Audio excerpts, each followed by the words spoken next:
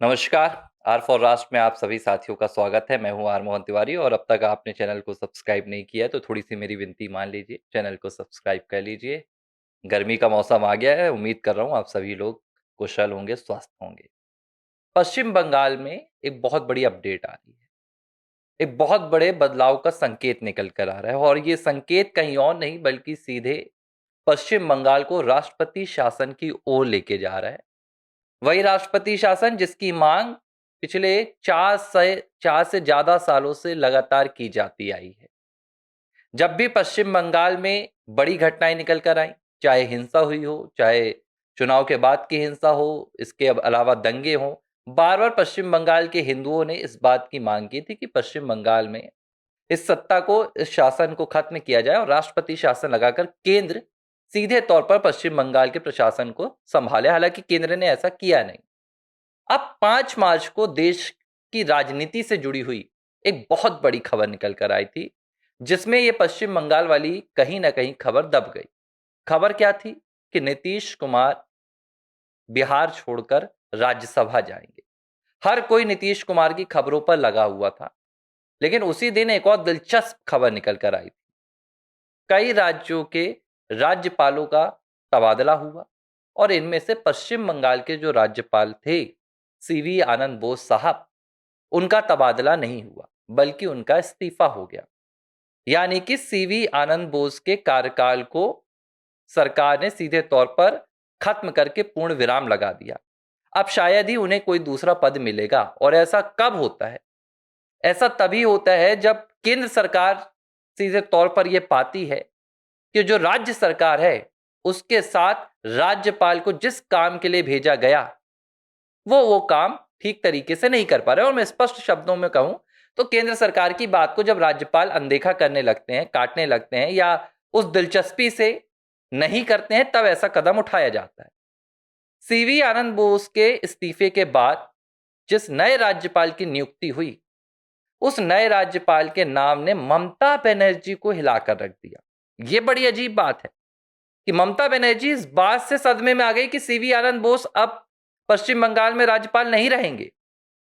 आखिर वो ममता बनर्जी जो हमेशा राज्यपाल के खिलाफ बोलती हैं, गवर्नर के खिलाफ बोलती हैं, वो ममता बनर्जी जो जगदीप धनखड़ जैसे राज्यपाल के खिलाफ पूरी ताकत के साथ लगी थी, सीवी आनंद बोस के साथ भी उनके संबंध कोई बहुत अच्छे नहीं थे। लेकिन फिर ऐसी क्या बात हुई?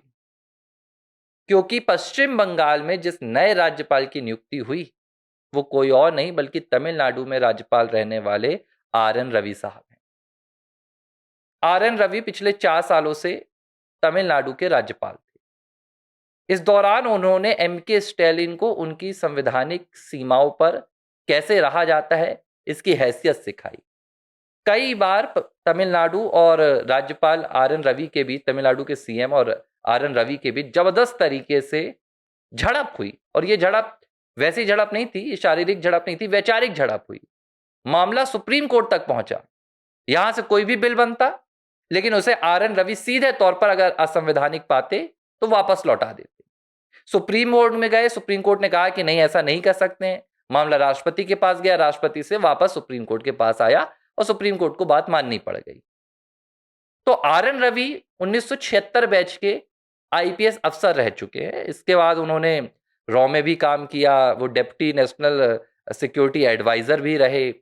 फिर उन्हें तमिलनाडु में भेजा गया राज्यपाल बनाकर, उनकी सेवाओं के बाद कि अब जाइए, आप वहां की सरकार की जो असंवैधानिक गतिविधियां हैं उन्हें रोकने का काम कीजिए। और उन्होंने 4 साल में, ये बात कहनी होगी कि एम के स्टैलिन की नाक पर दम कर दिया। ममता बनर्जी तो सदमे में है कि आर एन रवि आ रहे हैं, लेकिन मुझे लग रहा है कि एम के स्टैलिन को थोड़ी सी राहत जरूर मिली होगी। लेकिन अब आप कहानी को समझिए।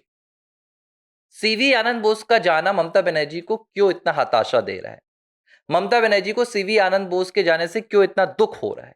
क्योंकि सीवी आनंद बोस कहीं ना कहीं नरमी बरत रहे थे। अब आर एन रवि की मौजूदगी यहां पर क्यों इतनी ज्यादा ममता बनर्जी को खटक रही है? बाकायदा ममता बनर्जी का एक पोस्ट भी आया जिसमें उन्होंने कहा कि मुझसे नहीं पूछा गया। मतलब ममता बनर्जी अब ये चाहती हैं कि केंद्र सरकार ममता बनर्जी के मन पसंदीदा व्यक्ति को राज्यपाल बना दे। तो जो थोड़ी बहुत यहां पर उम्मीद रहती है शासन प्रशासन को संभालने की, वो भी पश्चिम बंगाल में खत्म हो जाए। अब आप कहानी समझिए, 7 मई 2026 ये वो आखिरी तारीख है जब पश्चिम बंगाल में विधानसभा का आखिरी दिन होगा। इसके बाद विधानसभा खंडित हो जाएगी। चुनाव पश्चिम बंगाल में कब होगा? जब पश्चिम बंगाल में एसआईआर की प्रक्रिया पूरी हो जाएगी। और एसआईआर की प्रक्रिया को ममता बनर्जी ने होने नहीं दिया। एसआईआर की प्रक्रिया पर ममता बनर्जी टांग अड़ाकर खड़ी रह गई। अब जो हालिया अपडेट आई है वो कह रही है कि एसआईआर की प्रक्रिया को अभी भी पूरा होने में 80 से 85 दिन लगेगा, यानी कि 2 महीने से ज्यादा का वक्त, करीब 2.5 महीने। मार्च लग चुका है, पश्चिम बंगाल में चुनाव कराना है 7 मई से पहले। 2.5 महीने से पहले एसआईआर की प्रक्रिया पूरी होते हुए नजर नहीं आ रही है। अब इस परिस्थिति में क्या होगा? इस परिस्थिति में आप देखिए, आप पहले जो चर्चा चल रही थी कि आर्टिकल 356 लगा के केंद्र सरकार राष्ट्रपति शासन लगाए, लेकिन केंद्र सरकार चाहती नहीं थी कि वो बंगाल की नजर में एक आरोपी बने। सीधी सी बात है, उस बात का बचाव आज भी कर रही है केंद्र सरकार, क्योंकि उसे पता है कि उनके खिलाफ जो सबसे बड़ा आरोप लगाया जाता है वो यही कहा जाता है कि भाई आप गैर बंगाली हैं, आप बंगाली संस्कृति को नहीं समझते हैं, आप बंगाल में अपनी विचारधारा थोपना चाहते हैं, आप बंगालियों के ऊपर अपना शासन थोपना चाहते हैं। ममता इस तरह के दाव खेलती रहती है। तो अब तक केंद्र सरकार ने कुछ नहीं किया, लेकिन अगर यह परिस्थिति बनती है कि 7 मई से पहले चुनाव नहीं हो पाते हैं, चुनावी कार्यक्रम घोषित नहीं होता है, तो इसके बाद 8 मई लगते ही केंद्र सरकार को राष्ट्रपति शासन नहीं लगाना पड़ेगा, बल्कि राष्ट्रपति शासन खुद ब खुद लग जाएगा। सिर्फ एक अधिसूचना जारी करनी होगी कि भाई विधानसभा का कार्यकाल पूरा हो गया है, चुनाव नहीं हो पाए हैं, आप सीधे यहां पर राष्ट्रपति शासन लगेगा। और इस पर पश्चिम बंगाल की मुखिया ममता बनर्जी भी कुछ नहीं कर पाएंगी। तो ये पूरी एक प्लानिंग बन रही है जिसकी भनक ममता बनर्जी को लग गई है।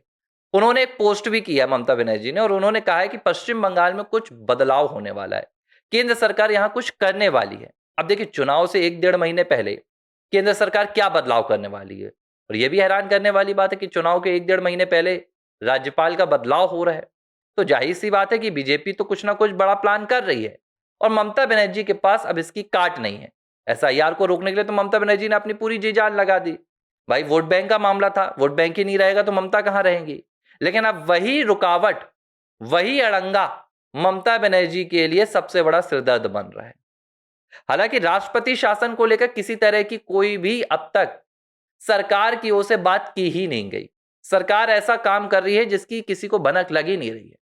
लेकिन जो संकेत निकल कर आ रहे हैं वो संकेत बता रहे हैं कि आर.एन. रवि की पश्चिम बंगाल में जो पूरा उनके भेजा गया है, जो उनका कार्यक्रम बनाया गया, वो सीधे तौर पर राष्ट्रपति शासन की तैयारी से मिल रहा है कि भाई इसके बाद आप पश्चिम बंगाल संभालेंगे, आप बड़ी मजबूती से संभालेंगे। आप ममता बनर्जी का जो एक अड़ियल रवैया रहता है, ममता बनर्जी का जो असंवैधानिक रवैया रहता है, उसके खिलाफ आप प्रतिकार करेंगे। क्योंकि अभी आप मुझे देखिए कि ऐसा लग रहा है करीब 10 से 15 दिन का समय, और तमिलनाडु में भी कार्यक्रम घोषित हो जाएगा और असम में भी घोषित हो सकता है, या केरल में हो सकता है।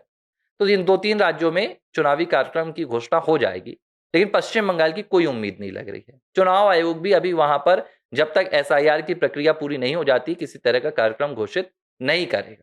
तो कुल मिलाकर जिस चीज का इंतजार पिछले 4 सालों से किया जा रहा था, अब वो पश्चिम बंगाल में हो सकती है।